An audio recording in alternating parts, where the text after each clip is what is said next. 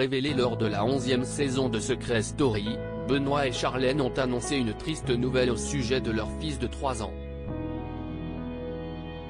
Ce dernier a été victime d'un accident, lequel le force à se retrouver aujourd'hui en fauteuil.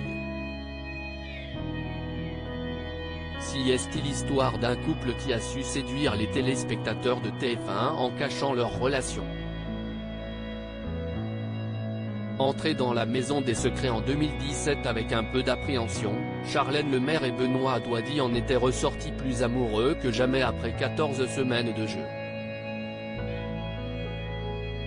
La visibilité acquise au cours de l'émission leur a permis de se lancer dans le métier d'influenceur dès leur sortie, et les tourtereaux en ont profité pour partager avec leurs abonnés des moments importants de leur vie.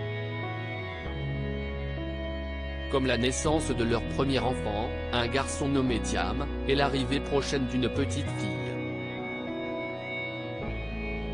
Mais, en attendant de pouvoir célébrer ce nouveau quotidien à 4, les deux Tourangeaux ont annoncé sur Instagram une triste nouvelle au sujet de leur fils de 3 ans.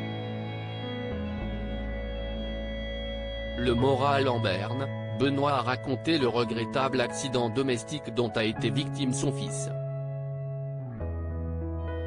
Je suis habituellement une personne positive mais le cap est dur à passer et à accepter. Le voir en fauteuil me brise le cœur. Que de regrets, a-t-il écrit dans un premier temps, en légende d'un cliché en noir et blanc de lui et sa progéniture. En 2A, c'était le drame puis, face aux nombreux messages inquiets de sa communauté, le grand Brinces est penché sur les faits. Si est-il en fin de journée que l'accident est arrivé.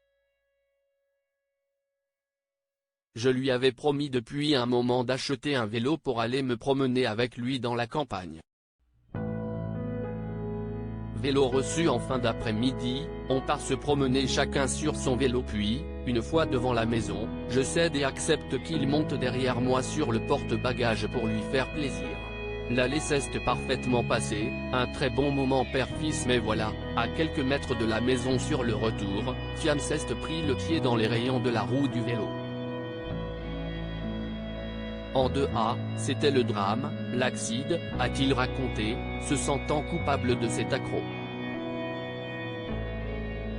Il aura 45 jours pour méditer sur cette mésaventure, soit le temps d'immobilisation de son jeune garçon.